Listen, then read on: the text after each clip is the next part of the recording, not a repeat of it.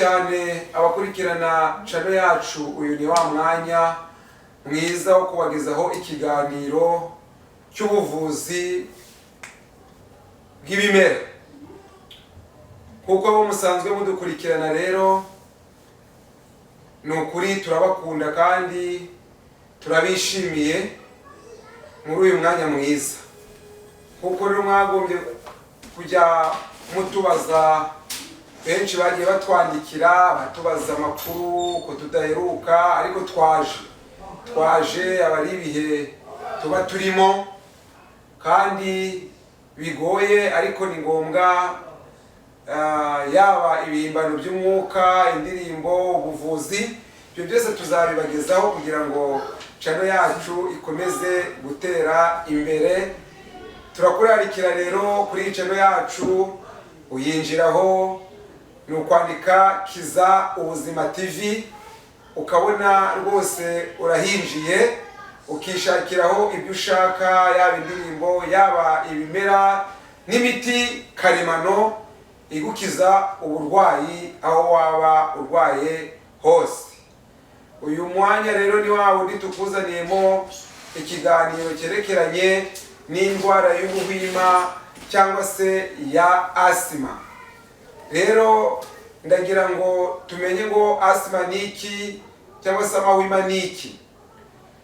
Nk'uko bisanzwe, asima ni indwara ifata mu myanya y'ubuhumekero, ikabuza umuntu guhumeka, ntashobore kuba yahumeka, akajya ahumeka insigasigane, ndetse n'umwuka ugashobora kuba wahera. Rero iyo asima cyane cyane abayirwaye bakunda kuremba mu gihe cy'ikirere cyahindutse. Ni ukuri ntabwo bibanezeza, guhumeka birabananira. Iyo imvura igiye kugwa cyangwa se ukabona igicu kirahindutse, ijuru rirahindutse, mu by'ukuri urwaye asima nawe arahindurirwa. Rero asima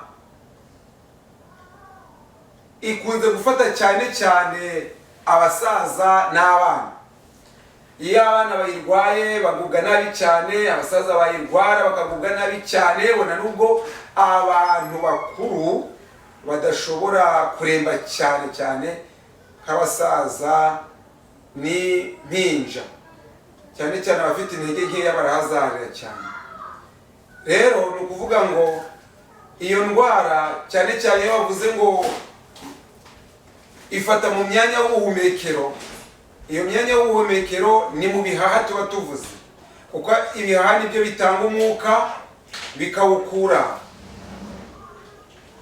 mu mubiri mubi, bigakura umwuka mubi mu mubiri, bikongera bikinjiza undi mwuka mwiza mu bihaha.